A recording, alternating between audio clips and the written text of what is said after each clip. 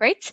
So yeah, welcome everyone. Now, my name is Tessa. If you've joined one of my previous webinars, then of course you know who I am. And if not, then yeah, I'm Tessa, onboarding specialist at Easygenerator. And in today's webinar, I'm going to show you 3 ways to maximize the potential of existing e-learning material, e-learning courses or e-learning content.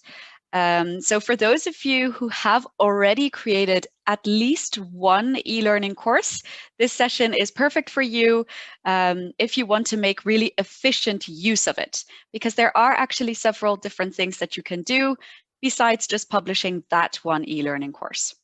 Now, for those of you who haven't yet created at least one course, then this session is also still helpful for you because you will see all of the potential that just one e-learning course has as well. So for today's session, I'm not going to show you how to create an e-learning course from scratch. It won't be that basic of a training, but if you are interested in that basic training, then of course you can always get in touch and we can set that up. Bear in mind also this webinar is being recorded, and my colleague Megan has joined me for today's webinar as well, and she will be monitoring the Q&A. So if you do have any questions that you want answered, then please open up the Q&A and leave your questions there. And if there are any outstanding ones or common questions that have come across, then I will also address them towards the end of today's webinar. It probably will only take about 30 minutes, by the way. All right, so let's go ahead and get started. This is what I'm going to cover today. 3 different ways to maximize the potential of just one e-learning course.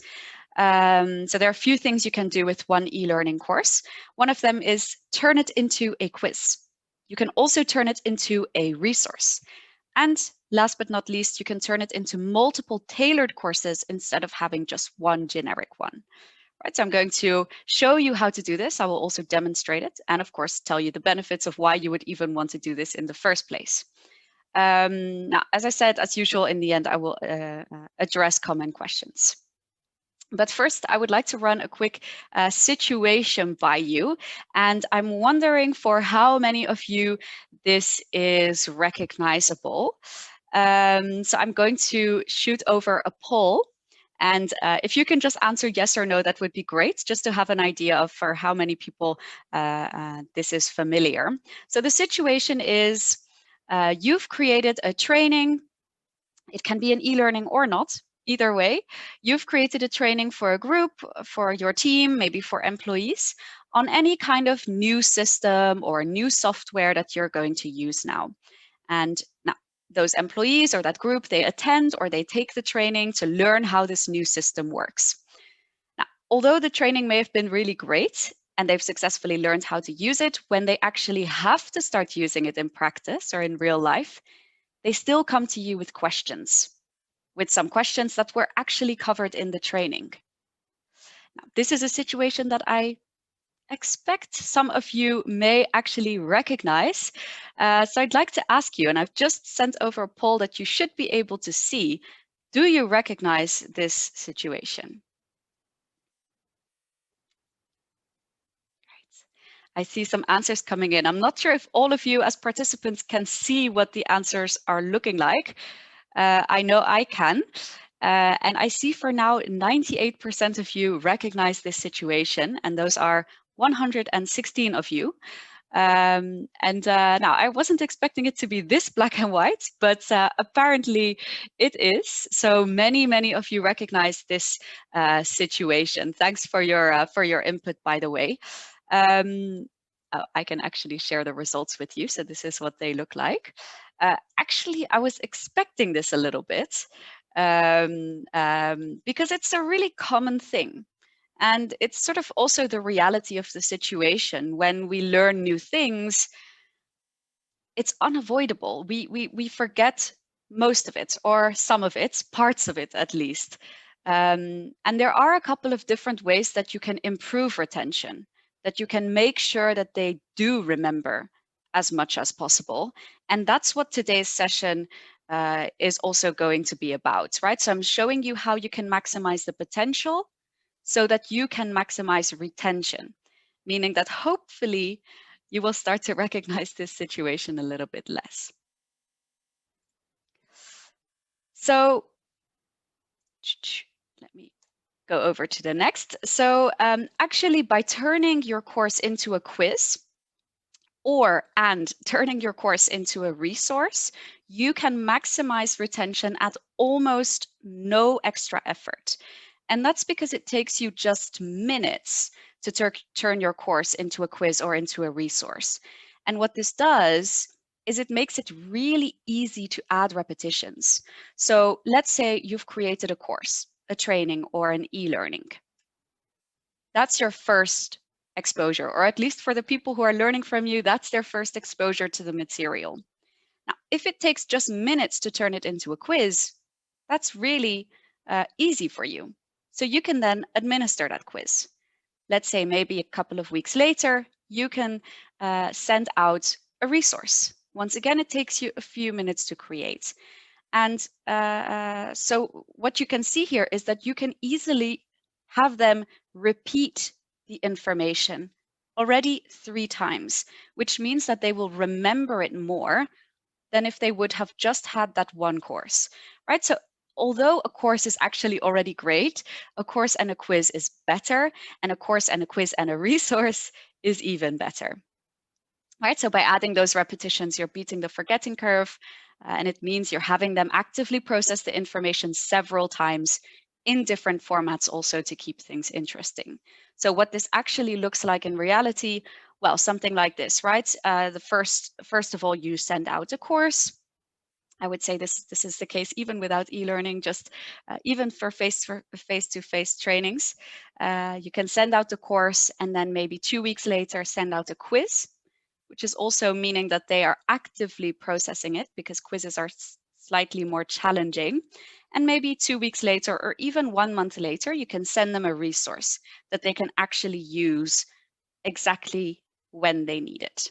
All right, so that's the benefit of turning it into a quiz or turning it into a resource, or both. Now, as for creating several tailored courses instead of one general course, the benefit is a little bit different here. Although in general, it is also to maximize retention at almost no effort. Now, having multiple tailored courses instead of one generic course has to do with relevance, perceived relevance from the learners, from the employees. Relevance is actually a key factor for motivation and for successful learning.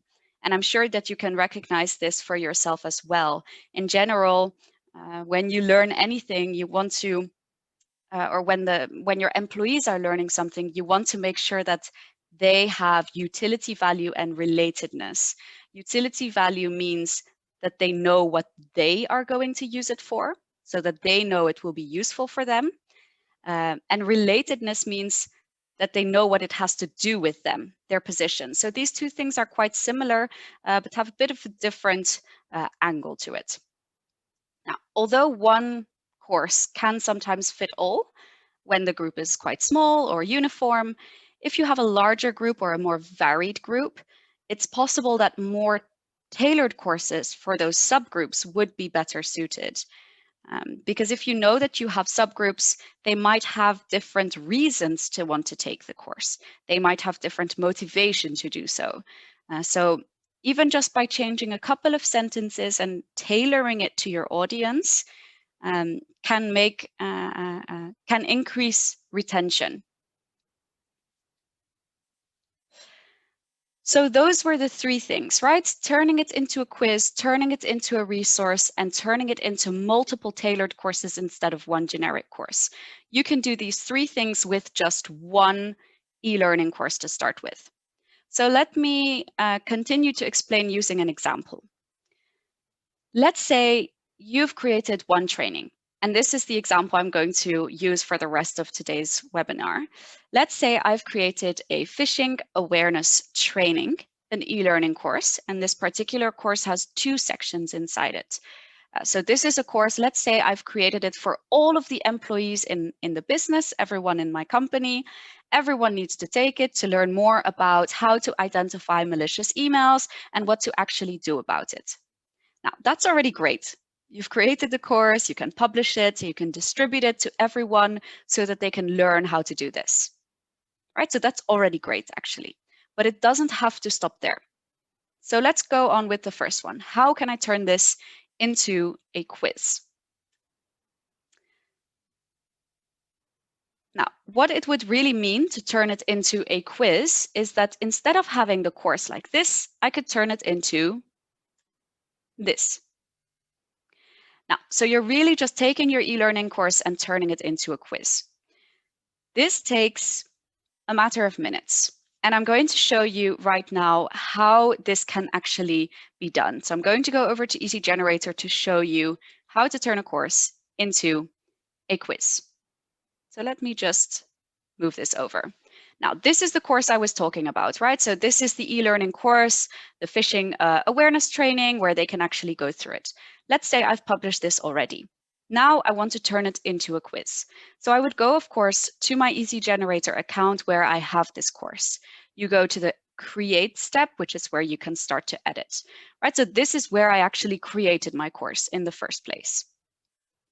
Now, to turn this into a quiz, one of the first things you have to do is actually have the duplicate, right? So let me just go back actually to my course dashboard. This is the course that I've created. What you do is you create a duplicate, so a copy. You will then enter that copy, and that's where you'll turn it into a quiz. Now, of course, the first thing to do is to rename it. It's no longer a training, it's a quiz. Of course, that just takes a matter of seconds.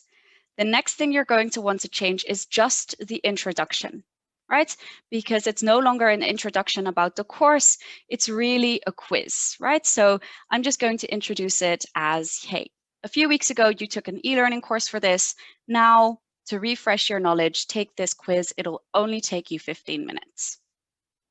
That is the only thing you need to change, the title and the introduction.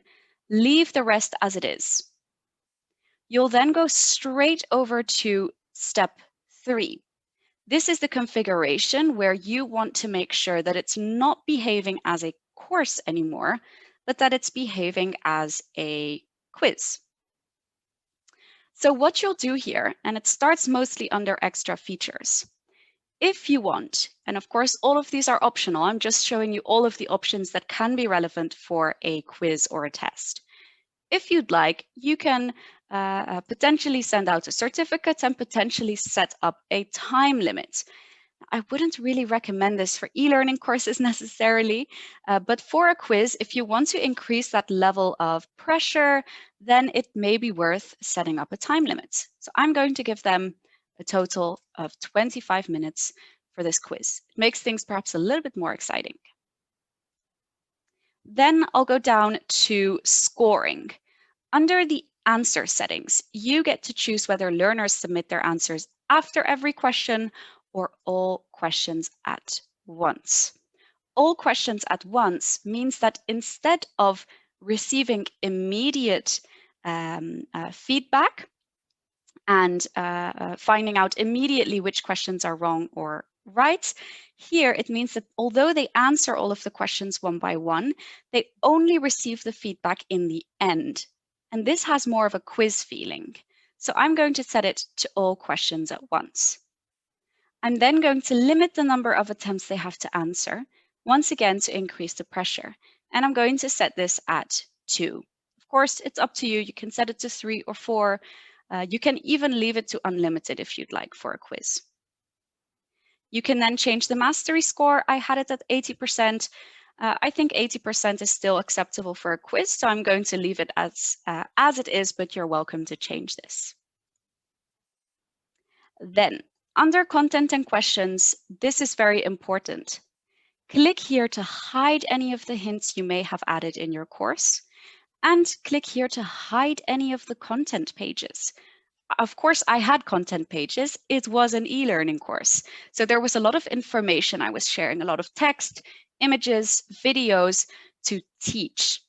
But here, I just want to have the questions because it's just a quiz. So click to hide your hints and hide your content pages.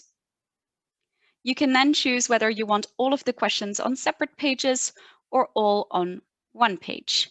Having them all on one page is usually quite nice for a quiz, which means that actually, let's say they've answered question 1 and 2, perhaps they want to, as they're answering question 3, they think they might want to adjust question 1, right? And they can then do that all on the same page.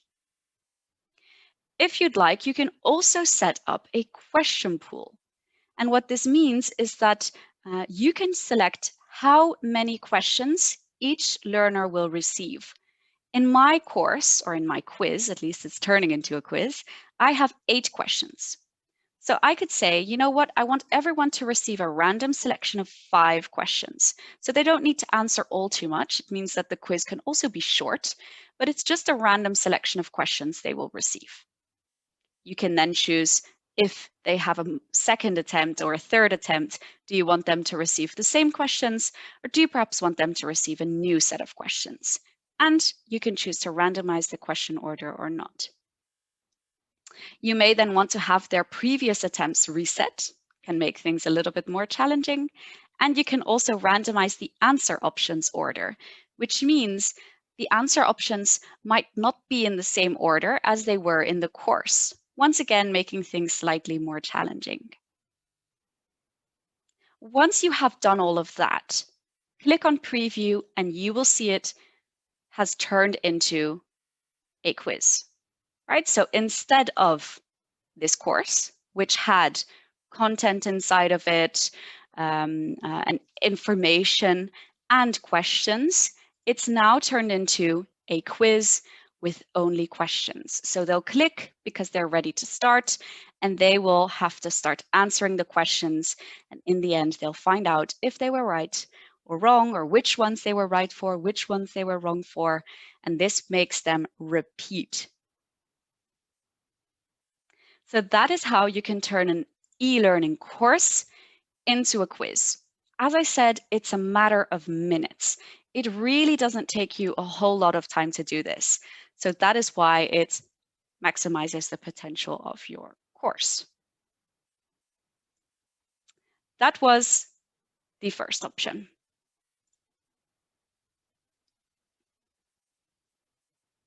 So this is what we have now, up until now at least. We've got the course, we've turned it into a quiz. In a couple of minutes, that's already a second repetition, meaning they will hopefully remember much more. So let's move on to the next. How can you turn an e-learning course into a resource? Right, so we're going from course to resource here. Now, first of all, I do want to say a course and a resource, of course, do serve different purposes, right? A course is often best for teaching, and a resource is more for supporting during a specific task or process. And it's also much shorter than an e-learning course because it focuses on specific tasks or processes, right? So it could be a checklist or an instructional guide. So just like when you're turning a course into a quiz, if you remember correctly, we removed or we hid the content and hints. Now, when you're turning a course into a resource, we actually want to remove the context, the informative bits that aren't application-based. We want to keep only the elements that are really applied. Now, to do that, you can turn it into a checklist or into an instructional guide. So now if we take that same example once again, this e-learning course that we've created in the first place, we want to turn it into a resource. Let's just remember why we're doing this, right? In the context of a phishing awareness training, this is a good training to explain to them what phishing is, what is the impact of phishing, what are the consequences of phishing, and also how can you identify it, right? So they're going to learn all of that in this course. But maybe a person taking the training only comes across a suspicious email 2 months down the road. So then they may not remember what they learned in this course. And that's why we want to create a resource. A resource that's created based off of this training could look something like this. So what you're doing is you're only taking the actionable points. You're turning it into a checklist, and this is done quite easily just through copy paste. So you're just copying and pasting the most actionable points, right? Because a checklist is really used when you have an email in front of you. In this case, you've got an email and you're thinking, ooh, this looks like a malicious email. I'm going to open up the checklist and use it to make sure that this one is actually safe, or to identify that it isn't safe, right? So this is really used when you have an email in front of you. I see that for some of you, these slides are quite small and not really readable. I'm not able to zoom in much more. Perhaps those of you who find this quite small, perhaps you can zoom in from your end. I'm not sure if that's possible. I don't seem to be able to do it myself, unfortunately. You can also change the view, sorry to jump in as well. Up at the top right in the Zoom, you can remove the panelist or the host that's speaking and view it full screen, and also remove the chat. That seemed to help me as well. So, yeah. Great. Thanks, Megan. Sure. Perfect. All right. So to come back to this resource, just to clarify, or perhaps to summarize, I've mentioned it already. When you are turning your course into a resource, you really just want to pick out the actionable bits. So in this case, although this training covered, the context of what phishing is and what the consequences are, within a resource, you really just want to focus on the action. What can they do if they have an email in front of you? And that is where the checklist really becomes handy. Now, as I said, to turn a course into a resource, it's copy paste. You just need to copy the actionable bits into a resource, paste it there. But how do you know what to paste and what not to paste? If you are using learning objectives, which hopefully you are, learning objectives are, of course, very useful when you're creating an e-learning course. When you're creating an e-learning course, a learning objective is basically the goal of the section. And if you're using learning objectives, it's easier to identify the actionable bits in your course. So for example, here in my course, I had 2 sections. And one of them was about understanding the security and financially related consequences of unidentified phishing. The second section had to do with actually being able to identify them and take action. So when I'm going to turn this into a resource, I'm not going to take anything from the first section. I'm only going to focus on the actionable bits, and that's in the second section. So I'll open the second section and start copying and pasting into the resource to turn it into a checklist. And what that means is that now you've got this, right? So if you've done that, and if you've done the quiz beforehand as well, you've got the course, the quiz, the resource. More and more repetition, meaning that hopefully they will once again remember it even more. So that's how to create a course, or from a course, turn it into a resource and turn it into a quiz. That leaves us the last one. When you have a course, how can you turn it into multiple tailored courses instead of just having that one generic course? Now, just to remind you of why you'd actually want to do this, it's to maximize interest or maximize motivation at almost no extra effort. Remember, I mentioned utility value and I mentioned relatedness. It's important that when someone takes a course, they feel like it's relevant for them. They need to think, hey, this is useful for me, and that's why I'm actually going to take it, and that's why I'm also going to pay attention. It means that that they will also remember more from it. Now, how can you create multiple tailored courses when you have one generic course? That's what I'm going to demonstrate now. So I'm going to go back over to my Easygenerator.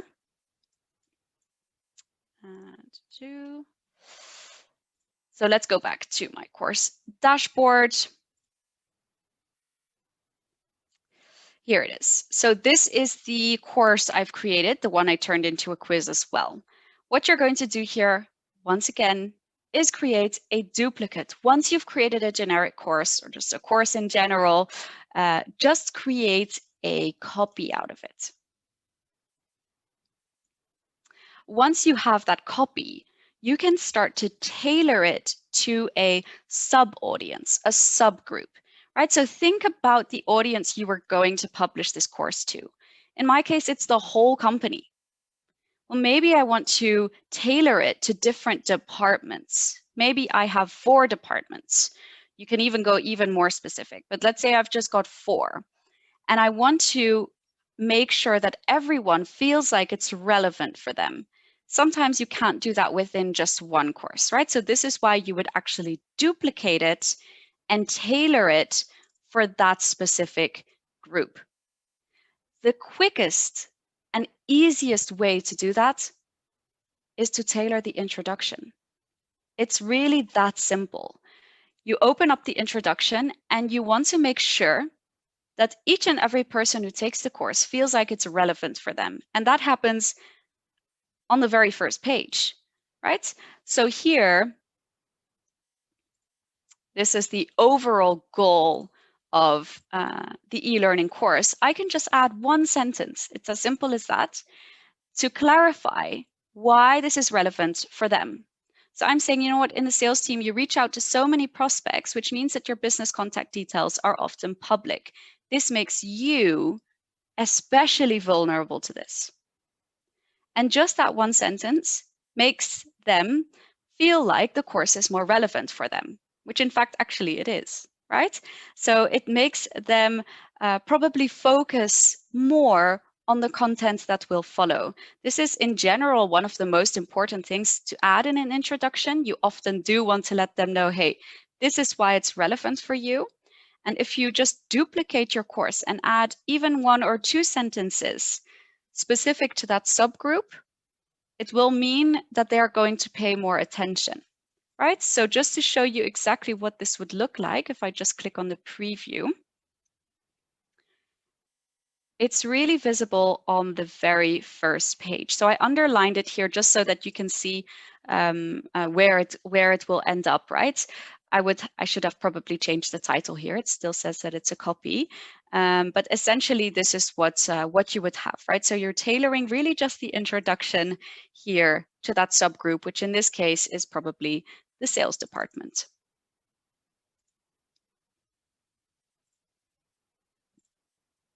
Now, what you can do besides that, if you want to tailor it even more, and this is also a very quick win, you can even change the learning objective. The learning objective in my case was quite general, at least the audience was general, right? My employees will understand X, Y, and Z. Here, you can also just change this to sales employees, just to make it more specific for them. So when they see that learning objective, they're constantly reminded that this is really relevant for them within the sales department, right? So it's just a couple of words once again, but you're making it more relevant. What you can then, of course, do if the content needs to be tailored as well, feel free to add content that is specific for them, right? So you can always add an additional page in here that's specific to the sales team, right? And that means that you would just open up the page and add content here, right? So if there is content that is specific for them, go ahead and add it here.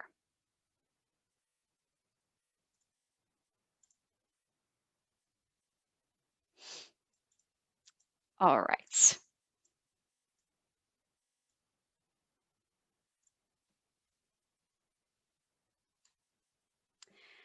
So going back to this graph of maximizing retention and interest at almost no effort, we are now here. So that actually concludes what I wanted to share with you today, a couple of different ways to ensure that learners are going to remember as much as possible. And this in general can often be done through repetition. And these are actually, at least the quiz and the resource are really quick ways to add repetition. Creating tailored courses is really more for the relevance side of things. So these are two separate things, but both can and will improve retention. So, oops, that actually concludes today's webinar. So I did see a couple of questions or chats coming in. So perhaps this is a good moment to address them. Megan, do you know if there are any outstanding questions or comments that we can address live? Yes, so people are wondering on the recording of the session, and that I believe will be sent out, correct, Tessa? Yeah, so that should be before the end of the week, it will be sent out. Perfect. Well, let me also put into the chat as well. We do have a feedback form that we would appreciate you all filling out before dropping off. But also, Tessa, maybe just one quick thing that I thought was an interesting question was actually on the reusability between content. And if you are duplicating a course, then that information wouldn't essentially be linked, let's say, if you do need to reuse a certain section of content. So do you mind just pointing out where the reuse section option is, which then would link the content for any updates across multiple courses? Yeah, absolutely. That's a very good point. It is indeed the case that, if you duplicate a course, they will not be connected. To have sections connected, you can reuse existing sections. So you're probably familiar with this new section bit. That's when you add a new section and you create it from scratch. If you use an existing section, you basically just drag it into your course and you'll have to select a section that already exists elsewhere, right? So I could just reuse this section here. It's actually the same one, but let's just say I'm going to include it here. You would then click done. And what's important to mention here is that now they are connected indeed. So that means if I have to update something, it'll update in all the courses that it's being reused. So just make sure that it's okay that they are linked, right? You don't want to use this as a template and then make alterations, because if you make alterations, they will be made in the other courses where it's in. But indeed, this is really ideal for making updates to courses. Yeah, perfect. Yeah, other than that, I don't think there were any that we need to go over. So yeah, we might all be good. All right. Perfect. Then I think perhaps we can go ahead and close off. So thank you everyone for joining. Hopefully you've learned once again a couple of new things today, and perhaps see you at the next webinar.